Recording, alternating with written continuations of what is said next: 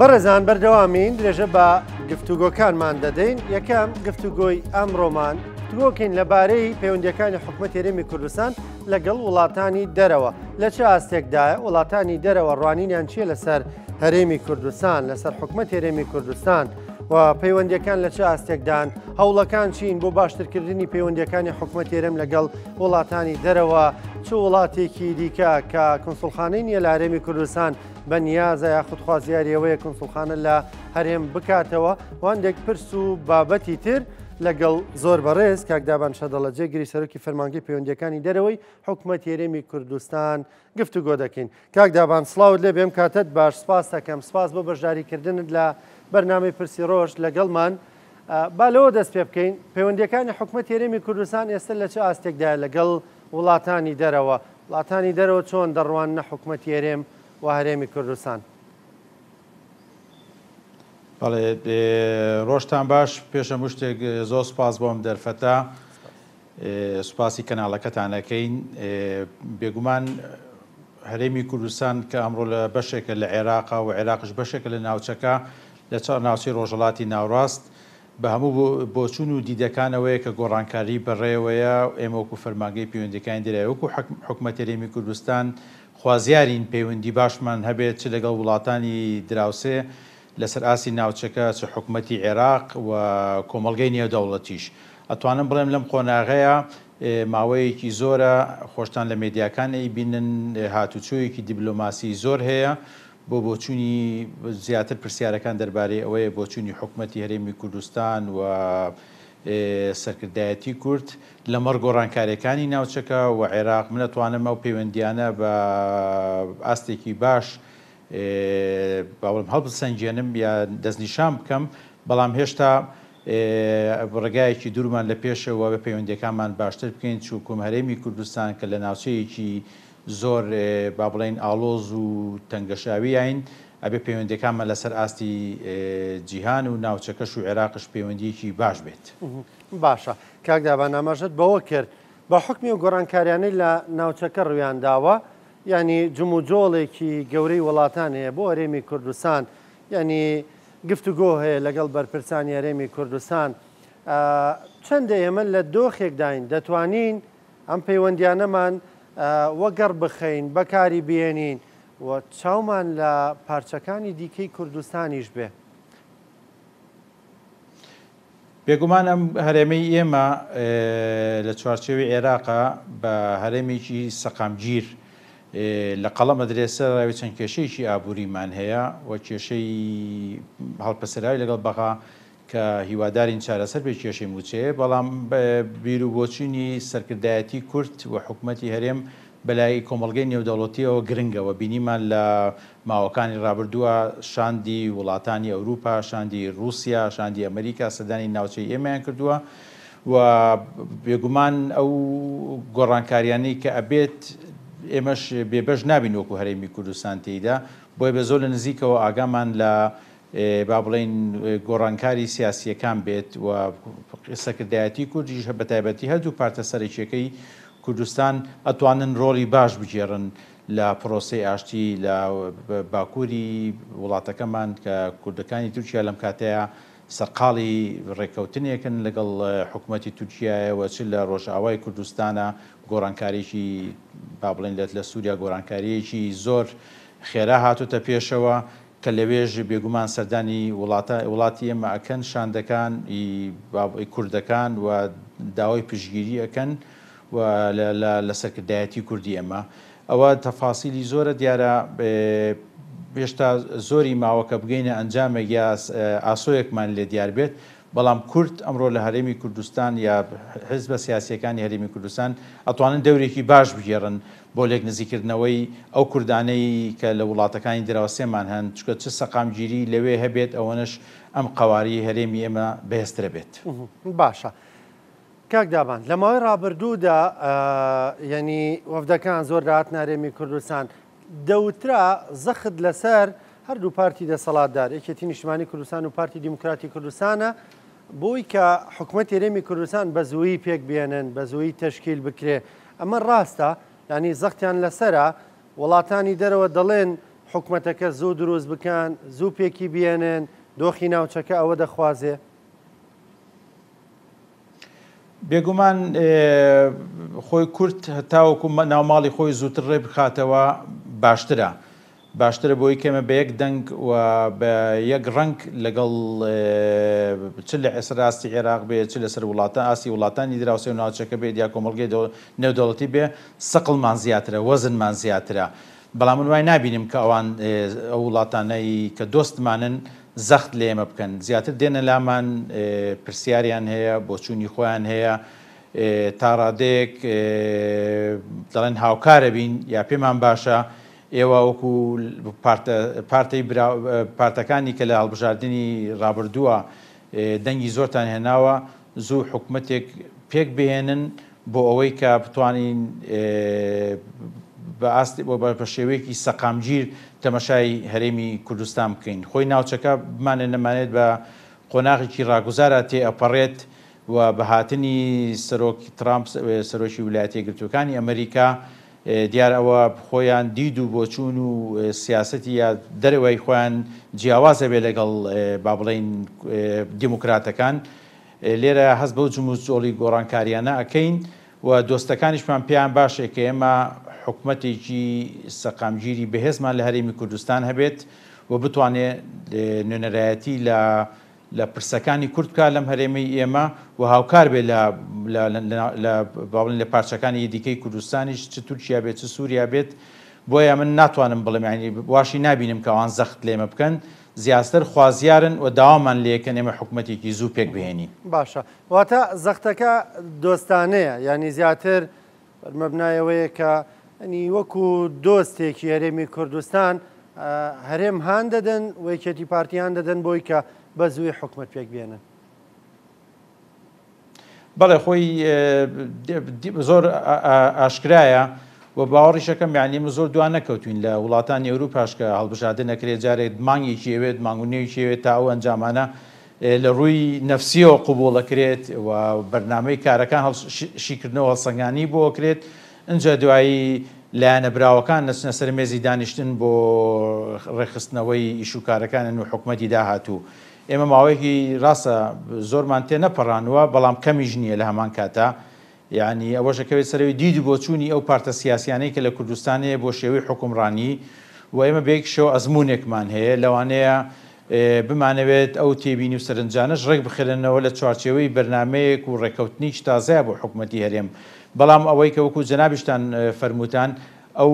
لایەنانی کە خۆیان بە دۆستی ئەمازانن من وای نبینم کەوان بیانەوێت زەختکەن کۆمەڵگەی نێودەوڵەتی هیچ وەختە لە ڕێی دیبلۆماتەکانیەوە زەخت ناکە بەڵکو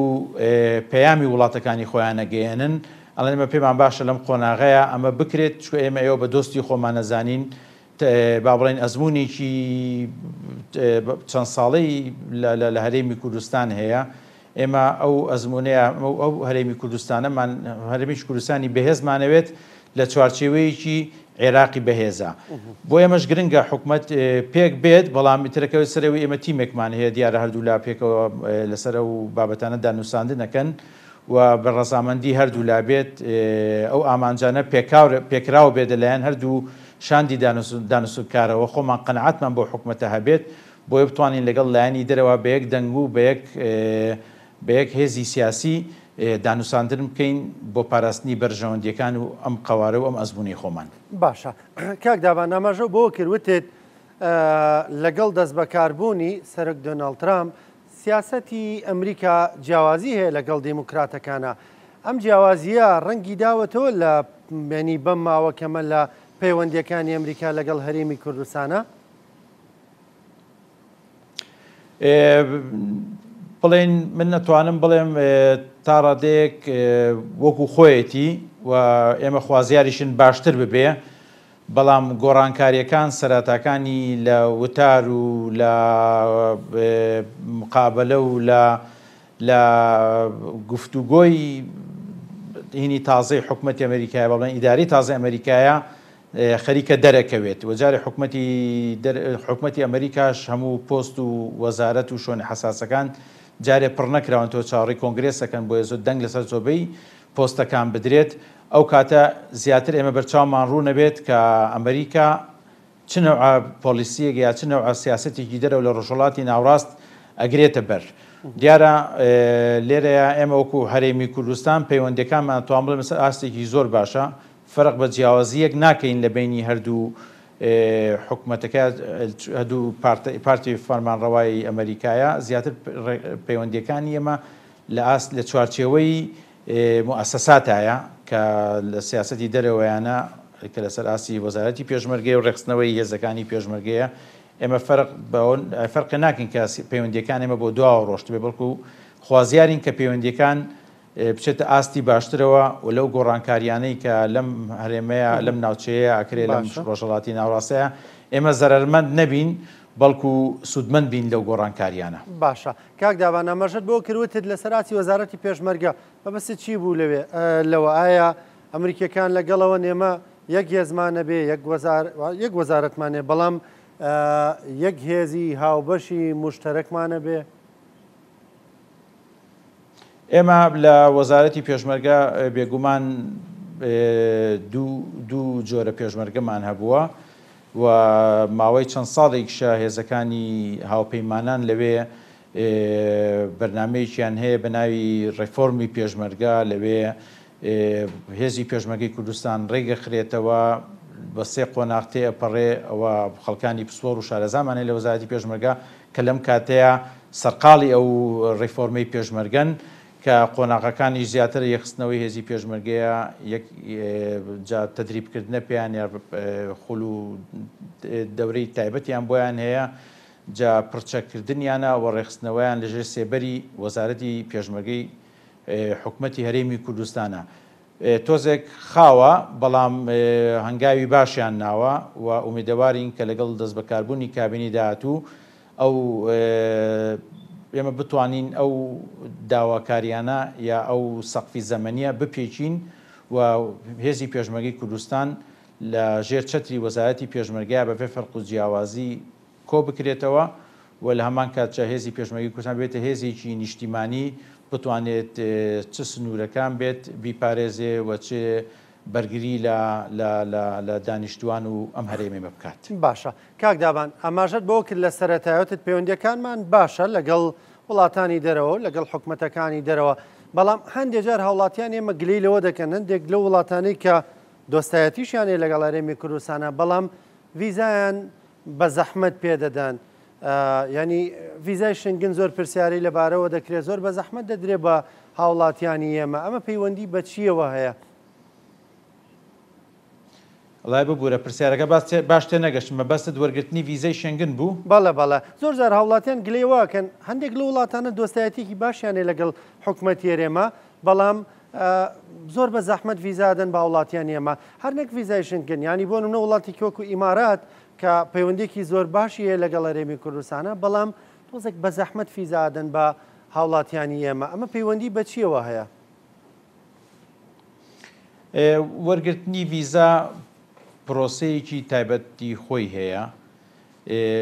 شتەکە توانین بڵین دووسەرێ بەداخەوە لەلایەن خەڵکانی هەرێمەکەی دانیشتوانی هەرێمی خۆمانەوە زۆر جار هەیە سوئیسفادە لەو ڤیزانە ئەکرێت بە ڕێگەی خراپ بەکاردێت وی بمانێ نەمانەوێت عێراق هێشتا پڕە لە گرم و کێشە و قەیران گومانی وڵاتانە ئەوەیە کە بەتایبەتی وڵاتانی غەرب و شێنگن ئەوروپا گومانیان لەوە هەیە کە لاوەکان ئێمە بڕۆن لەوێ نێنەوە ببنە هۆی ئەوەی کە لەوێ با بڵێن تەقدیمی پەنابەری بکەن کە لەم کاتەشا خۆی ئێستا هەموو ئەوروپا سەرقاڵی ئەوەیە کە پەنابەرێکی زۆر بنێرنەوە خۆیان لە قەیرانی ئابووری قوڵان خۆیان کێشەی ئەمنیەتیان هەیە خۆیان کێشەی ئابووریان هەیە بۆیە ناتوانن ینی وەکو جاران تەعامل لەگەڵ ئاوارەکان بکەن چ لە وڵاتی ئێمە بێ لە سووریا بێ لە ئێران بێ لە عێراق بێت. بەڵام کێشەکەی ئێمە لێرە لە هەرێمی کوردستان ئەوەیە پەیوەندیەکان ئێمە بەزە چوارچێوەی ڤیزایە خۆی نابینێتەوە. من ڕۆژانەکە قۆنسڵەکان یا سەفیرەکان چامان پێیانەکەوێت کە باسی ڤیزیان لەگەڵاکەین ئەوەڵە من نوێنەری سیاسی من تەداخلی ئیشوکاری ڤیزە ناکەم بۆیە ئێمە بەشێکمان هەیە کە بناوی بەشی ڤیزەیە و لەوێ پرۆسەی ڤیزە ئێمە زۆر ئاشکرا و زۆر ڕوونە کە ئەو کەسانی سەفەری وڵاتی ئێماکەن ئەبێ ئەم پێداویستیانە دابین بکەن وە کێشەکەی ئەمەش ئەوەیە ئەو پێداویستیانە زۆر وەخت دابین ناکرێت و بەرچاوڕوونی نییە ئەو کەسانی کە ئەچنە ئەوروپا و چەند کەسانێکی کەمیش هەیە لە ناویانە وەکوتم سوء استفادە لە ڤیزەکە ئەکەن ئەمە کۆی پرۆسەکە قورسەکە بۆ سەرجەم دانیشتوانی هەرێمەکەی ئێمە یەکی لە کێشەکانی ئێمە کە لێرە هەیە لە مەسەلەی ڤیزەیە مەسەلەی نەبوونی بانقە حسابی بانق ئەوەی چێکە لە هەرێ داواکاری سەرەکیەکانیان ئەڵێم کەسە کە لە ئاستی وایە بتوانێت سەردانی دەروی وڵاتکە و بێتەوە بتوانێت ئەو خەرجیانە لە ئەستۆ بگرێت ئەبێ لە ڕووی داراییەوە زۆر شەفاف و دیار بێت کە چۆن نەتوانێت سەردانی ئێملای ئێمە بکە و مەسرەفی سەفەرەکەی بچێشێت بۆیە لێرە بانق زۆر گرنگە حسابی بانق زۆر گرنگە کە بانگانە موچەی بۆ بێت حساباتەکان حرەکەتی تیابێت جوڵانی تیابێت کە پارەکەی بۆ دێت دوایی خەرجیەکات ئەمە زۆربەی ئەو کەسانی کە لە هەرێمی کوردستان داوای ڤیزە ئەکەن بەداخەوە ئەو حسابی بانقەیە ناتوانن پێشکەش بکەن دوای ئەوەش مشکلەیەکی کەشمان هەیە کە زۆر خەڵکانێک ئەچنە هەدەفەکان کە تەقدیمی وڵاتێکەکەن مەخسە بچن بۆ ئیتالیا لە کۆتایە ناچن بۆ ئیتالیا ئەچن هەدەفەکانەوە بچن بۆ ئەڵمانیا جا بۆیە زۆر ناڕوونی هەیە کەم و کوڕی هەیە لە تەقدیمکردنی ڤیزەکانە بشمان نەمانێت عێراق گیان بۆ وڵاتە عەرەبیەکان هەندێک جارم کێشەیە دروستە بێ ئەوەیان بۆیانی بەردەوام کێشەیە بۆ ئێمەش خۆی وڵاتە عەرەبیەکان هەندێکیان سیاسین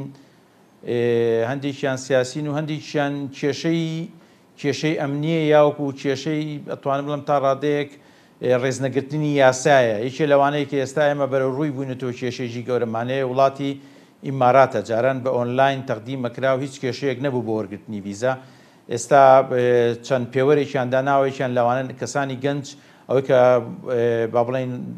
لە ساڵی 1992 لەسەر 1992 بێ بە عایلەوە بێت یا بە ماڵ و منداڵەوە بێت لە خواروەوە کاراسانیەکرێت چ بۆی شوکاری بازرگانی بێت یا بۆ سەردانی گەشتیاری بێ بەڵام دیارە لەگەڵ ئێمە لایەنی پەیوەندیدار لە حکوومەتی ئیمارات قسەمان کردو بۆ کێشەی دابینکردنی ڤیزە بۆ هاوڵاتیان توانین بڵێن بەس هاوڵاتیان نییە ئێمە هەڵگری پەساپۆرتی عێراقین نابێ ئەومان لێ تێک بچێت ئەو کاتە پەساپۆرتی ئێمە لەگەڵ کەسێک لە بەسڕە کە تەقدیمی ڤیزە ئەکات یەک تەعاملی لەگەڵا ئەکرێت دیارە کێشە و مشکلەیەکی زۆر لە وڵاتی ئیمارات هەبووە چ لە مەطعەمەکان چ لە ڕێستۆرانتەکان و یەکی لەو کێشانی کە لەم ئاخیرەشە هەبووە کە من حەزەکەم لێرە باسی کەم ئەم مەسەلەی شکاندنەوەی دۆلار لەلایەن بانقی مرکزی عێراقەوە کە بە 132 135 نازانم سعرێکی وا ئەشکێتەوە خەڵکانێکی زۆر لاوێکی زۆر بە سەدەها کاردەوە چن لێ پارەکان دەرەهێنن دێن لێرە ئیگۆڕنەوە بۆتە تا ڕادەیە بۆتە بازرگانیکردن بە یا سوء استفادە وەرگرتن لەو کاراسانێنی کە بانقی مرکزی عێراق بۆ هاوڵاتی ئەم عێراقی ئەکات و خەڵکانێگەیە توانن سوودمەند بن لێ چ ئەچن بۆ حەج یا چ ئەچن بۆ گەشتیاریە بۆ چالاکی بازرگانی لە هەمان کاتە و دەرگایە بەڕووی ئەوانیشا داخرێ خەڵکانی شێ بەداخەوە کە هیچ ئیش و کارێکیان نییە سەدەها کارتکۆکەنەوە سەدەها بە حسابی بانقەکەنە بە ناوی جیاجیاوە ئەو کارتانە لەگە خۆیانە بن ئیماراتێکێکە لەو وڵاتانی کە ئەو دەرگایی یەکی لەسەر بە هەر ڕئیسیەکان کە ئەو دەرگایی بە ڕووی هاوڵاتیانی عێراقیە داخست یەکێ سەبەبەکانی ئەوە بووە زۆر باشە کاک دابان دوو پرسیارمەوە بە کورتی یەکەم ئۆکراین بەنیاز بوو کۆنسوڵخانە بکاتەوە ئەوە بە کۆ گەشتووە چ وڵاتێک بورە ئۆکراین وڵاتی ئۆکراین بەنیاز بوو کۆنسوڵخانە بکاتەوە بە کۆ گەشتووە وڵای تێنەگەشتم لە پرسیارەکەت بم بوو ئۆکرانیا وڵاتی ئۆکراین وڵاتی ئۆکرانیا ئۆکرانیا هەوڵێک هەبوو نەمبیستووە وڵاتی ئۆکرانیا نەمبیستووە وڵاتی ئۆکرانیا داواکاری هەبوو بێت لە وەزارەتی دەرەوەی عێراق کە لە هەرێمی کوردستان قۆنسوڵخانە بکاتەوە ئەوەی کە لای ئێمە ڕوونە لەم ئاخیرانەیە کە داوای کردنەوەی قۆنسوڵخانەی کردبێت وڵاتی ئازەربایجانە ئەیانەوێت کە دوای کردنەوەی قۆنسوڵخانە لە هەرێمی کوردستان ئەیانەوێت فڕۆکەی ئەوانیش هێڵی ئاسمانی ئازەربایجان ڕاستەوخۆ گەشت بک بۆ هەرێمی کوردستان و زیاتر دەرگایەکی بازرگانی و گەشتیاری بکێتەوە ئێمە لەگەڵ هاوتاکانمانە لە وڵاتی ئازەربایجان قسەمان کردووە ئەڵێن هێشتا لە پرۆسەیە لە عێراق وەکردنەوەی قۆنسوڵخانەیەش لە هەرێمی کوردستان پێویستی بە ڕەزامەندی وەزارەتی دەرەوەی عێراق هەیە. ئەوە تاکە وڵاتێکە لەم کاتەیە لای من لای ئێمە زانراوە کە ئێوە بکاتەوە دەربارەی ئوکراینە هیچ زانیاریەکم نێداوای لێبوردن نەکەم. زۆر باشە. دوا پرسیارم کاکدابان ئەم پرسیاریان وەکو پۆستە حکوومەکەت لێت ناکەم وەکو کاکدابانی شەدەڵە دەزانم کەسێکی ئاگاداری و لە سەروبەندی پێگەێنانی کابینەی دێمی حکوومەت هێرێمی کوردستان هاین. دەنگۆیەگەیە یەکێتی نیشتیمانی کوردستان بە نیاز ئەوانەی کە لە ڕابردوودا پۆستیان نەبووە 4 ساڵ لە پۆستا بوون لە کابینەی دێمدا پۆستیان پێ نەداتەوە. بە زانیاری خۆت دەزانم ئاگاداری ینی پشتی وا هەیە یەکێتی بە نیازی کارێکی لەو بابەت هەیە کە کادری نوێ خەڵکی نوێ بێنێتە پێشەوە لە پۆستە حکوومیەکاندا. بێگومان ئەوە لەلایەن سەرۆک و مەکتەبی سیاسیەوە قەراری لێ ئەدرێت بۆ شتێکی زۆر ئاساییشە ئەگە بێت ئێمە کادری